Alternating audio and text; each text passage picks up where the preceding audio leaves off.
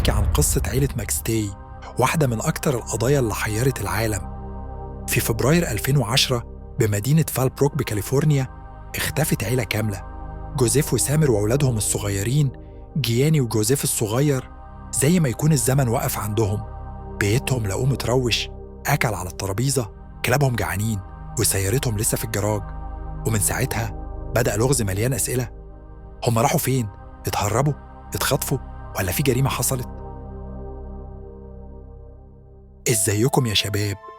أهلا بيكم في قناة نبراس، المكان اللي هتعيشوا فيه الغموض والتشويق بجد. هنا هنحكي عن الجرائم والقضايا اللي هزت الدنيا، سواء اللي اتحلت أو اللي لسه لغز مفيش حد عارف يفكه. كل حكاية هنا هتخليك تحس إنك جوه القضية، بتفكر وتحلل معانا. لو بتحب الإثارة ونفسك تعرف الحقيقة ورا كل لغز، اشترك في القناة وفعل الجرس عشان ما تفوتش ولا حلقة.